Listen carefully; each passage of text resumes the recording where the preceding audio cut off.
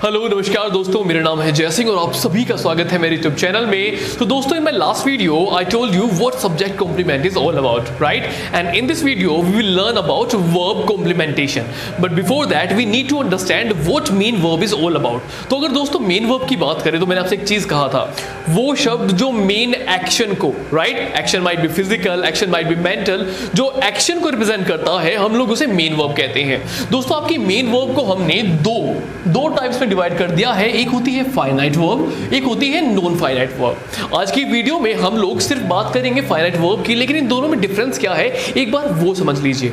दोस्तों, हर एक चीज का मीनिंग उसके नाम के अंदर छिपा होता है, ये बात मैं कई बार बता चुका हूं आपको, राइट? तो दोस्तों, फाइनाइट शब्द का मतलब होता है something that can be limited, यानी कहने का मतलब ये है ऐसी वर्ब जो आपके सेंटेंस के सब्जेक्ट और टेंस के अकॉर्डिंग अपने आप को चेंज कर लेती है। ओके, आपने सुना होगा कि वर्ब की फॉर्म्स होती हैं, right? First form, second form, third form, basically 5 forms होती हैं, राइट? सो बेसिकली ऐसी वर्ब जो सेंटेंस के टेंस और सब्जेक्ट के हिसाब से खुद को चेंज कर ले, हम उसे कहते हैं फाइनाइट वर्ब। एक पॉइंट याद रखिएगा, किसी भी सेंटेंस को बनाने के लिए आपको फाइनाइट वर्ब की जरूरत पड़ेगी ही पड़ेगी। एक क्लोज के अंदर एक फाइनाइट वर्ब का आना बेहद जरूरी होता है, अदरवाइज वो क्लोज माना ही नहीं जाएगा, वो सेंटेंस माना ही नहीं जाएगा। लेकिन अगर हम बात करें नॉन फाइनाइट वर्ब्स की, तो दोस्तों नॉन फाइनाइट वर्ब जरूर आएगी, इसकी कोई गारंटी नहीं होती।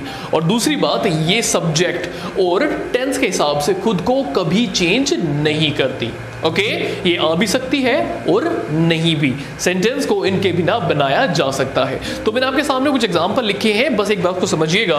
मैंने यहां पे लिखा है I go there to dance. Okay, तो यहां पे अगर हम देखेंगे तो हमारी फाइनाइट वर्ब क्या है, हमारी मेन वर्ब, हमारी मेन वर्ब है आई गो।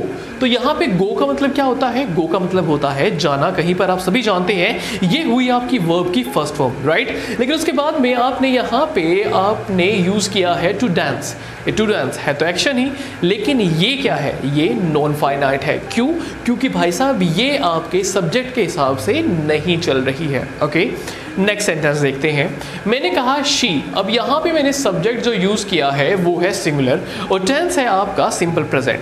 तो यहां पे गो ने अपना टेंस और सब्जेक्ट के हिसाब से रूप चेंज कर कर बन गई है गोज, तो बन गया शी गोज देयर। लेकिन टू डांस तो अभी भी टू डांस ही है, राइट? अब अगले सेंटेंस में मैं पास में चला गया, जब मैं सिंपल पास में गया तो आपका गो बन गया वेंट।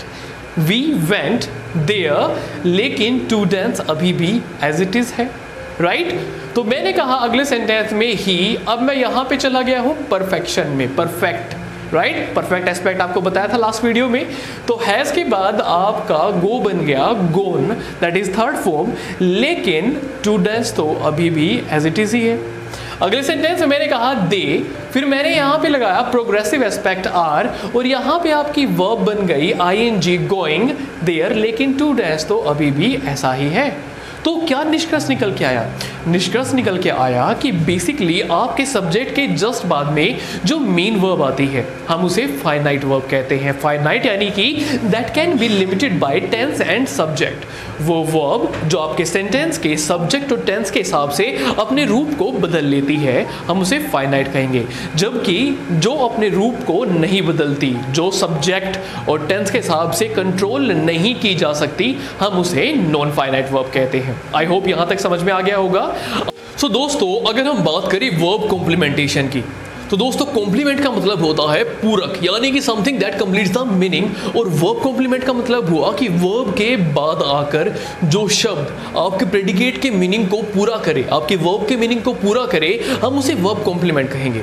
लेकिन एक चीज का यकीन मानिए, वर्ब के बाद क्या आएगा वो सिर्फ आपके वर्ब के नेचर पर डिपेंड करता है।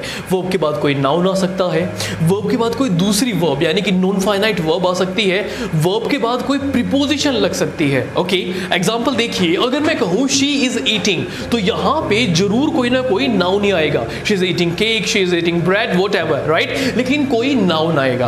अगर मैं कहूं he broke the glass, he broke my chain, whatever, लेकिन आ तो कोई नाउन रहा है ना। लेकिन अगर मैं कहूं शी ट्राइड, इस ट्राइड वर्ब के बाद में कोई ना कोई नॉन फाइनाइट वर्ब आएगी। She tried to cook, she tried to swim, she tried to threaten me, whatever is that, लेकिन क्या आएगा? एक नॉन फाइनाइट वर्ब आ रही है, कोई नाउन नहीं आ रहा है। फिर आप कहते हैं आई एम वेटिंग। अब वेटिंग के बाद आपको प्रीपोजिशन फॉर का इस्तेमाल करना ही होगा। अब डायरेक्टली किसी वर्ड को यहाँ पे अटैच कर ही नहीं सकते। अब वो कहना होगा I am waiting for someone, I am waiting for my father, I am waiting for my friend, what ever. Okay, अब नेक्स्ट मैं कहता हूँ आई एम एक्सपेक्टिंग। अब यहाँ पे प्रीपोजिशन लगाने की जरूरत नहीं है। अब डायरेक्टली कह सकते हैं I am expecting my friend, I am expecting my parents, what ever. तो आपने एक चीज तो समझ ली कि वर्ब के बाद क्या आता है वो सिर्फ वर्ब पे डिपेंड करता है, राइट। दोस्तों अगर बात की जाए आपकी फाइनाइट वर्ब की, तो फाइनाइट वर्ब भी आगे दो प्रकार की होती है। एक होती है आपकी ट्रांजिटिव वर्ब, एक होती है इंट्रांजिटिव। अब इसका मीनिंग भी इसके नाम के अंदर ही छिपा हुआ है। जैसे कि मैंने आपसे कहा कि transport, translucent, right, transparent, translate, कहने का मतलब ये है कि जहां पर एक माध्यम से दूसरे माध्यम की तरफ मूव किया जाता है वहां पे हम लोग ट्रांस वर्ड को यूज करते हैं। तो उसी प्रकार ट्रांजिटिव वर्ब का मतलब हुआ ऐसी वर्ब्स जिनका एक्शन आगे की तरफ मूव करता है। कहने का मतलब है उनके एक्शन से कोई दूसरी चीज प्रभावित होती है, उनके एक्शन को कोई चीज रिसीव करती है। या फिर आप कह सकते हैं ऐसी वर्ब्स जिनको अपने मीनिंग को कंप्लीट करने के लिए अपने बाद किसी ना किसी वर्ड को लेना होता है, और इस केस में हम लोग उसे ऑब्जेक्ट कहते हैं। तो ऐसी वर्ब्स कहलाती हैं आपकी ट्रांजिटिव वर्ब। लेकिन वो वर्ब्स जिनको किसी एलिमेंट की आवश्यकता नहीं है अपने मीनिंग को कंप्लीट करने के लिए, जो अपने आप में सेल्फ सफिशिएंट होती हैं, उन्हें हम कहते हैं इंट्रांजिटिव वर्ब्स। एग्जांपल के माध्यम से देखते हैं। मैंने यहां पर कहा आई इनवाइटेड शालू। तो यहां पे जब मैंने कहा आई तो ये सब्जेक्ट हुआ, एक्शन क्या हुआ, इनवाइटेड। लेकिन इनवाइट किसको किया गया? प्रश्न उठता है कि जो एक्शन हुआ है उससे कौन प्रभावित हुआ, उस एक्शन को किसने रिसीव किया। तो यहां पे जो ये शालू आया है ये कौन है? ये आपका ऑब्जेक्ट है। ओके, आपने कहा यू और फिर आपने कहा सरप्राइज्ड। यू सब्जेक्ट हुआ, सरप्राइज एक्शन हुआ, लेकिन किसको सरप्राइज किया भाई? और सवाल उठता है ना, अगर मैं सरप्राइज के बाद मी ना लिखूं तो ये अपने आप में अधूरा होगा। तो यू सरप्राइज्ड मी, तो यहां पर मी जो है इस एक्शन का रिसीवर है, तो यहां पर क्या है? ये आपका ऑब्जेक्ट है। ओके, लेकिन अगर मैं कहूं प्लीज सिट डाउन, प्लीज बैठ जाइए, तो क्या यहाँ पे इस सिट डाउन आपके एक्शन से कोई चीज़ प्रभावित हो रही है? नो, ये अपने आप में कंप्लीट है। यहाँ पे इसे किसी कॉम्प्लीमेंट की आवश्यकता है ही नहीं, तो इसे आप क्या कहेंगे? आप इसे कहेंगे इंट्रांजिटिव वर्ब। अब अगर मैं कहूँ आई यूजुअली स्लीप वेल, मैं अच्छे से सोता हूँ, तो यहाँ पे मेरे सोने से कोई प्रभावित थोड़ा ही हो रहा है, राइट। अब इतना सा एग्जाम्पल समझिए आप। सपोज कीजिए मैं कहता हूँ कहाँ पे लिखूँ? यहाँ पे, चलिए यहाँ पे लिख देता हूँ। अगर मैं कहूँ शी किल्ड, आपने कहा उसने मारा। जो आप कहते हैं शी किल्ड, तो यहाँ पर अधूरा है, बताना पड़ेगा उसने किसको मारा। तो आपको यहाँ पे किसी का नाम लिखना होगा, वो आपका ऑब्जेक्ट होगा। लेकिन अगर मैं कहूँ शी डाइड, शी डाइड यानी कि वो मर गई, तो यहाँ पर ही सेंटेंस पूरा है। उसके मरने से कोई दूसरी चीज़ प्रभावित हो ही नहीं रही है, उसका एक्शन आगे की तरफ मूव करके किसी की चीज़ को अफेक्ट कर ही नहीं रहा है, तो वो क्या हुआ? वो इंट्रांजिटिव हुआ। अगर मैं कहता हूँ शी लाफ्ड, वो हंसी, शी स्माइल्ड, उसने मुस्कुराया, तो यहाँ पे इसके हंसने से, मुस्कुराने से कोई भी चीज़ अफेक्ट नहीं हो रही है, तो हम इसे क्या कहेंगे? हम इसे इंट्रांजिटिव वर्ब कहेंगे। अब मैंने कुछ एग्जांपल्स लिए हैं। अब दोस्तों आपकी ट्रांजिटिव वर्ब जो है, राइट, वो वर्ब जो ऑब्जेक्ट को लेती है वो भी फर्दर 3 प्रकार की है, और उसकी 3 ही प्रकार की स्ट्रक्चर है। दोस्तों पहली है मोनोट्रांजिटिव। मोनो का मतलब होता है एक, ट्रांजिटिव यानी कि जो ऑब्जेक्ट ले, यानी कि ऐसी वर्ब जो सिर्फ एक ऑब्जेक्ट ले, हम उसे कहेंगे मोनोट्रांजिटिव। इसकी स्ट्रक्चर सिंपल होती है, वर्ब के बाद आपका डायरेक्ट ऑब्जेक्ट लगता है। ओके, जैसे मैंने कहा आई, आई के बाद मैंने कहा लव, लव क्या हुआ? Main verb. अब इसका बताना पड़ेगा ना किससे करते हो? आई लव यू, ठीक है। तो यू यहाँ पर क्या हुआ? आपका ऑब्जेक्ट हुआ। Is that clear? जब एक सिंगल ऑब्जेक्ट होता है वो हमेशा डायरेक्ट ऑब्जेक्ट कहलाता है, लेकिन आपके ऑब्जेक्ट भी 2 प्रकार के होते हैं। जहां पर 2 प्रकार के ऑब्जेक्ट आते हैं हम उसे कहते हैं डाई ट्रांजिटिव। डाई का मतलब होता है 2, ठीक है दोस्तों। डायरेक्ट ऑब्जेक्ट जो एक्शन से डायरेक्टली प्रभावित हो वो आपका डायरेक्ट ऑब्जेक्ट होगा, और उस डायरेक्ट ऑब्जेक्ट का जो भी रिसीवर होगा, ओके, उस चीज़ को जो भी ग्रहण कर रहा होगा, राइट, जिस पे डायरेक्ट एक्शन नहीं किया जा रहा है हम उसे इनडायरेक्ट ऑब्जेक्ट कहेंगे। नॉर्मल केसेस में जो नॉन लिविंग चीज़ होती है वो हमेशा डायरेक्ट ऑब्जेक्ट होती है, और जो लिविंग जो पर्सन होता है वो आपका इनडायरेक्ट ऑब्जेक्ट होता है। लेकिन उसकी दो स्ट्रक्चर है। अगर आप वर्ब के बाद डायरेक्टली इनडायरेक्ट ऑब्जेक्ट लगा रहे हैं तो उसके बाद आप सीधा डायरेक्ट ऑब्जेक्ट को लगा सकते हैं। लेकिन अगर आप वर्ब के बाद डायरेक्ट ऑब्जेक्ट को लगाते हैं तो इनडायरेक्ट ऑब्जेक्ट लगाने से पहले आपको एक प्रीपोजिशन का इस्तेमाल हमेशा करना होगा। अभी एग्जाम्पल के रूप में देखिए, मैं कहता हूँ शी गेव, उसने दिया, ठीक है, लेकिन क्या दिया? यहाँ पे नॉन लिविंग क्या है? एप्पल। ओके, तो मैंने आपके डायरेक्ट ऑब्जेक्ट को बाद में लिखा। किसको दिया? मुझे दिया, इसे लिखा मैंने पहले। तो आपने कहा she gave me an apple. लेकिन अगर मैं मी को बाद में ले जाऊं तो मुझे कहना होगा शी गेव एन एप्पल, लेकिन मुझे बाद में मी से पहले प्रीपोजिशन टू का इस्तेमाल करना होगा। बात आगे समझ में? सिर्फ इतना एग्जाम्पल नहीं, अभी तो एग्जाम्पल्स की पूरी बाढ़ लगा दूंगा मैं, ठीक है। लेकिन अभी के लिए सिर्फ इतना समझिए कि डाई ट्रांजिटिव की दो स्ट्रक्चर होती है। या तो आप वर्ब के बाद पहले इनडायरेक्ट और फिर डायरेक्ट लगाते हैं। अगर आपने वर्ब के बाद डायरेक्ट ऑब्जेक्ट लगाना है तो इनडायरेक्ट लगाने से पहले आपको एक प्रीपोजिशन का इस्तेमाल करना ही पड़ेगा। ओके, फिर तीसरा होता है आपका कॉम्प्लेक्स ट्रांजिटिव। कॉम्प्लेक्स ट्रांजिटिव का मतलब होता है कि आप वर्ब लगा रहे हैं, वर्ब के बाद आप डायरेक्ट ऑब्जेक्ट लगा रहे हैं, लेकिन वो डायरेक्ट ऑब्जेक्ट जो है अपने आप में अधूरा है, तो उसके मीनिंग को पूरा करने के लिए उसके बाद किसी नाउन को यूज़ कर रहे हो।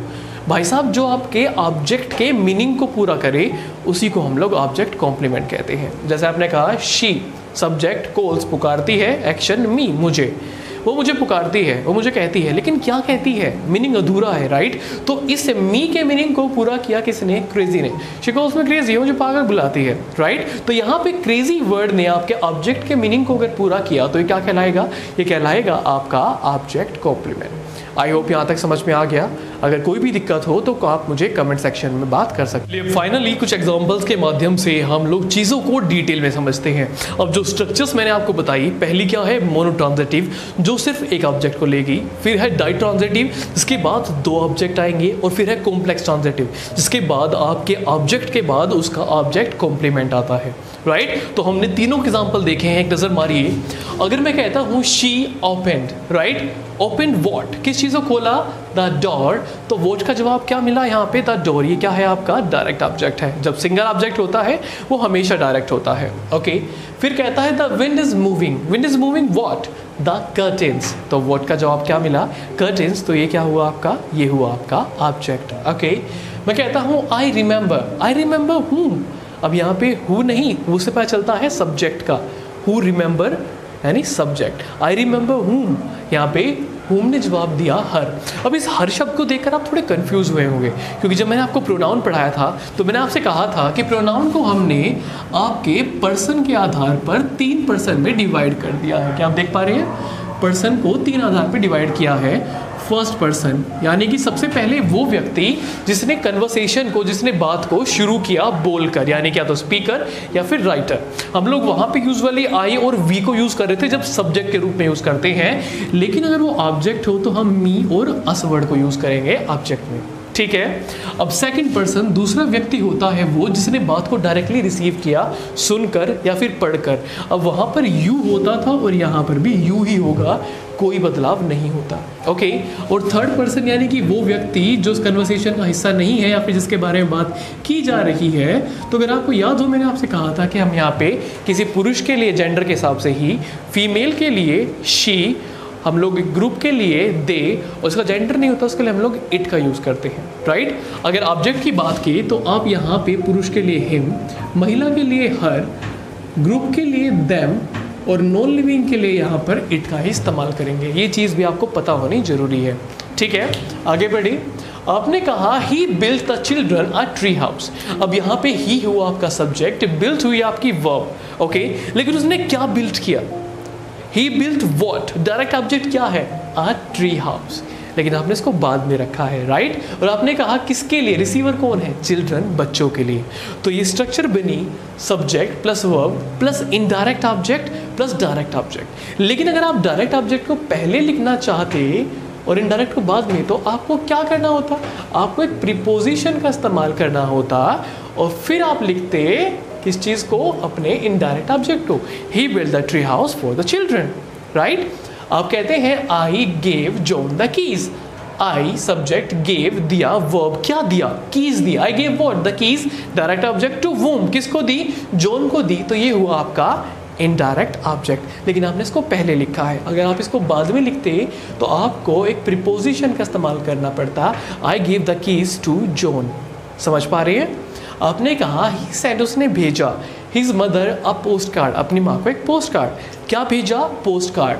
ही sent what, a post card. तो दोस्तों एक और चीज़ याद रखिएगा, जब भी वॉट आता है तो वो जवाब देता है आपके डायरेक्ट ऑब्जेक्ट के बारे में। ठीक है, आप दिखाई दे रहा है आपको, वोट जो है हमेशा डायरेक्ट ऑब्जेक्ट का जवाब देता है और whom जो है वो हमेशा इनडायरेक्ट ऑब्जेक्ट का जवाब देता है। ओके, तो आपने कहा he sent his mother a post card, तो he sent what a post card, तो ये तो हुआ आपका direct object. He sent to whom his mother, ये हुआ इनडायरेक्ट। अब अगर आपको इनडायरेक्ट ऑब्जेक्ट बाद में लगाना होता तो आप क्या करते, आप यहाँ पे एक प्रीपोजिशन का इस्तेमाल करते और फिर आप लगाते हिज मदर। बात आगे समझ में? अब बात करते हैं कॉम्प्लेक्स ट्रांजिटिव की। आपने कहा यू मेक मी, तुम मुझे कर देते हो, लेकिन क्या कर देते हो, मीनिंग पूरा नहीं है, राइट। तो इस ऑब्जेक्ट के मीनिंग को पूरा करने के लिए मैंने यहाँ पे यूज़ किया क्या चीज़, नर्वस वर्ड को, यू मेक मी नर्वस। तो आप इसे क्या कहेंगे, आप इसे कहेंगे ऑब्जेक्ट कॉम्प्लीमेंट। ओके, आप कहते हैं I find her attitude, I find her attitude, her attitude तो ऑब्जेक्ट हो गया, लेकिन आई फाइंड एटीट्यूड क्या है उसका एटीट्यूड में, स्ट्रेंज। तो स्ट्रेंज ने आकर आपके ऑब्जेक्टिव मीनिंग को पूरा किया। आप कहते हैं डोंट कॉल मी ऑब्जेक्ट है, लेकिन क्या ना पुकारे, अ लायर। अ लायर क्या है यहाँ पे, ये मी के मीनिंग को पूरा कर रहा है। तो आई होप आपको यहाँ तक समझ में आ गया होगा, राइट, कि आज हमने क्या सीखा, आज हमने सीखा कि आपकी फाइनाइट वर्ब क्या होती है। फाइनाइट वर्ब है वो जो आपके सेंटेंस के सब्जेक्ट और टेंस के हिसाब से अपनी फॉर्म को चेंज कर लेती है। वो दो प्रकार की है, एक ट्रांजिटिव, एक इंट्रांजिटिव। ट्रांजिटिव वर्ब वो जो अपने बाद ऑब्जेक्ट को लेती है अपने मीनिंग को पूरा करने के लिए, इंट्रांजिटिव वर्ब जिसे किसी की ज़रूरत नहीं है अपना मीनिंग पूरा करने के लिए। ओके, तो ट्रांजिटिव फिर से दो प्रकार की नहीं, तीन प्रकार की है। एक वो जो सिंगल ऑब्जेक्ट लेती है, मोनोट्रांजिटिव, एक वो जो दो लेती है, डाइट्रांजिटिव, एक वो जो ऑब्जेक्ट भी लेती है और ऑब्जेक्ट कॉम्प्लीमेंट भी, उसे हम कहते हैं कॉम्प्लेक्स ट्रांजिटिव। आई होप आपको यहाँ तक समझ में आ गया होगा। हंसते रहिए, मुस्कुराते रहिए और देखते रहिए इंग्लिश में।